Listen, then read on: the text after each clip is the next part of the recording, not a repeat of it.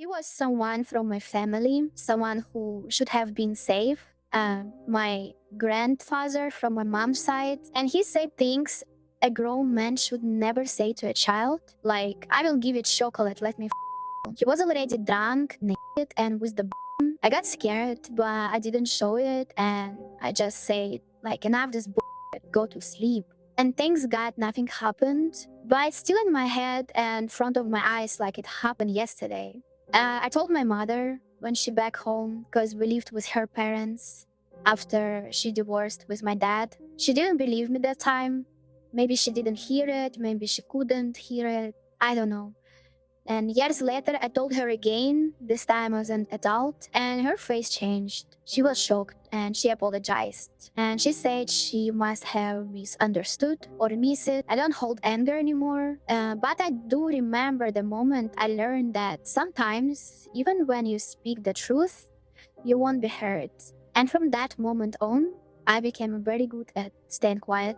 There's another story happened after this. When I was 17, not a child and not adult, but just old enough to believe that I understood the world and still young enough to not see the danger in it. And I trust him, a guy from the website. There was a guy I was talking to online. I trusted him. That's where it started. He came to my city and he didn't look like a danger. He looked like someone who smiled kindly and asked me how my day was, someone who opened the car door and waited. He said he'd drive me somewhere and the conversation was so weird. And I figured out that we going to the hotel. And I told him that I'm not 18 yet. And he got angry and he's like, why didn't tell me? Like, I'm telling you now. And it didn't stop him from what he was trying to do. So we didn't go to the hotel, create a plan to escape his car, but I got so scared, I just got frozen. And then halfway through the drive, I realized I didn't recognize the road anymore. There were no people, there were no houses,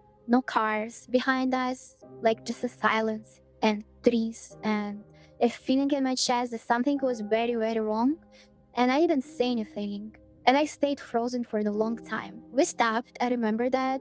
And I remember looking around and thinking, like, what if I scream? Would anyone hear me? And then in the middle of that sick silence, my phone rang. It was my mom. I got so scared.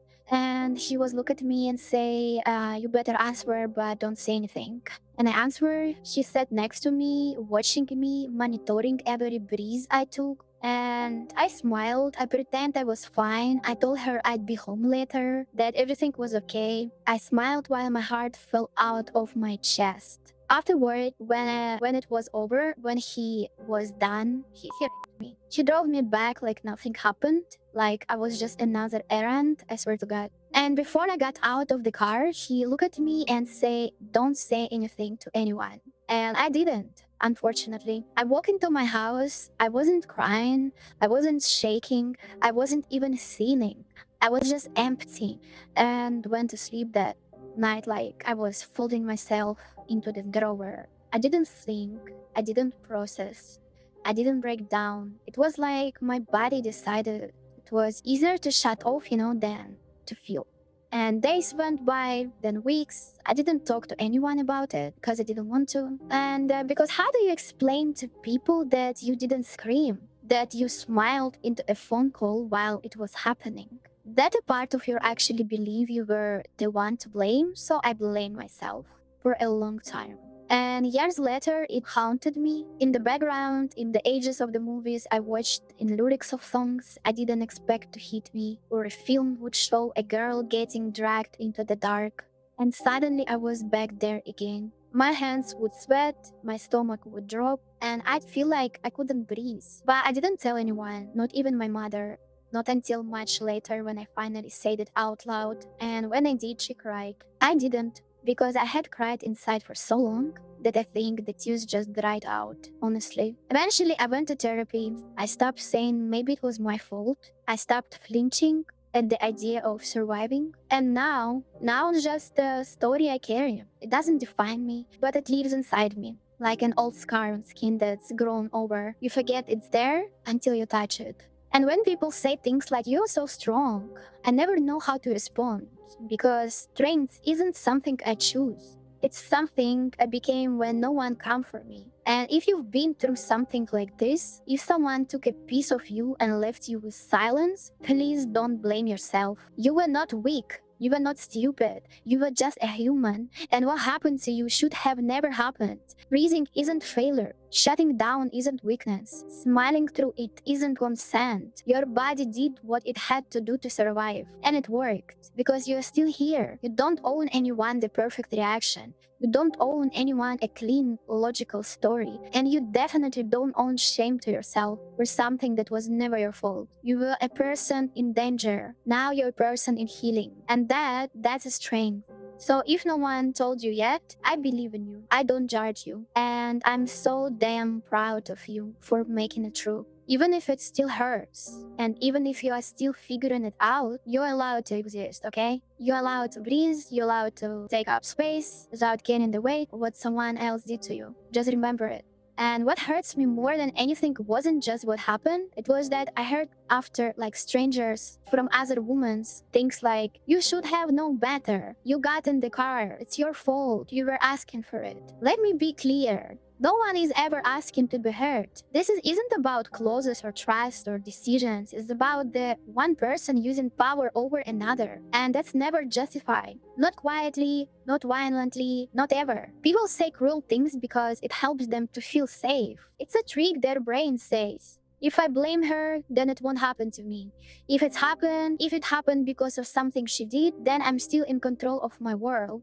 So in the psychology, it calls just world fallacy and the idea that bad things only happen to people who somehow deserve it. But it's not the reality. Bad things happen because some people choose to cross boundaries they never should. You didn't cause this, you didn't invite it, you just survived something that should have never happened. And I'm proud of you for still being here. Sometime after, it began to show up in other ways. Not as a flashback and not like I was crying, but as my own body turning against me and started slowly, like little moments I brushed off. A strange heartbeat, a wave of heat, like my legs was literally feeling like a jelly after walking half of a block. Then came the real fear, and the kind that doesn't come from danger, but from nowhere.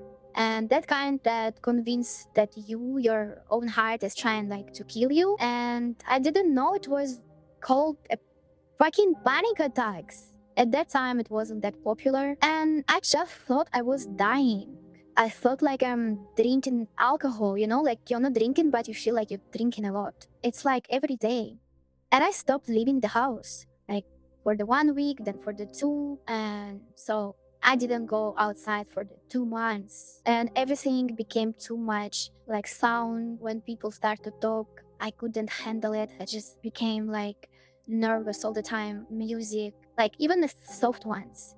And I kept my phone on silent always. I walked like I was drunk, like gravity didn't trust me anymore.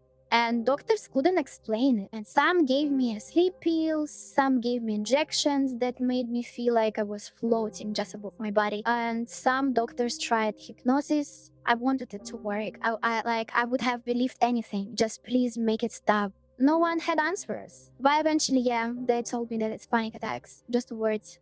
But it didn't come with a solution, just a label. And no one believed me. Emergency services started ignoring our calls. Apparently, my address became a joke to them. And too many false alarms, too many she is just panicking. And my friends, even, they didn't get it either. They rolled their eyes when I canceled, told me to stop being dramatic, told me I was making it up. And I believe them, because when you are in that kind of fear, you believe anyone who sounds more sure than you. But then, one by one, they started feeling it too. Not all of them, but some. And suddenly the calls came back and they say, I think I know what you mean now. I felt like thing you described. I'm sorry for not understanding. It didn't make the pain disappear, of course, but it made the silence a little softer. I learned how to manage it, not perfectly. I mean, but enough to get through the day, and even now sometimes it still comes. But I stopped letting it own me. Now I name it. I survived the days I thought I wouldn't, and that means something. There's a question that lives in my head for as long as I can remember. It doesn't scream, but over and over, like, why am I like this? I hear it when I woke up, and nothing feels real. And when my body is heavy and my thoughts are slippery, when I cancel plans again and again, and sometimes it comes with the more questions, like what's wrong with me? Why can't I just be normal? Who even am I? Why am I here? Like, what's the purpose that I was sent on this earth?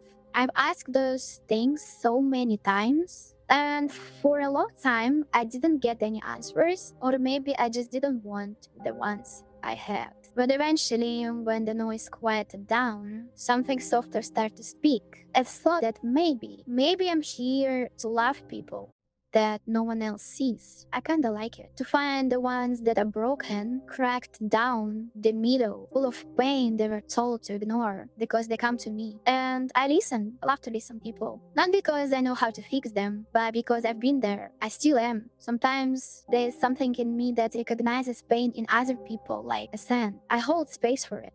Like no one did for me. It's not always easy.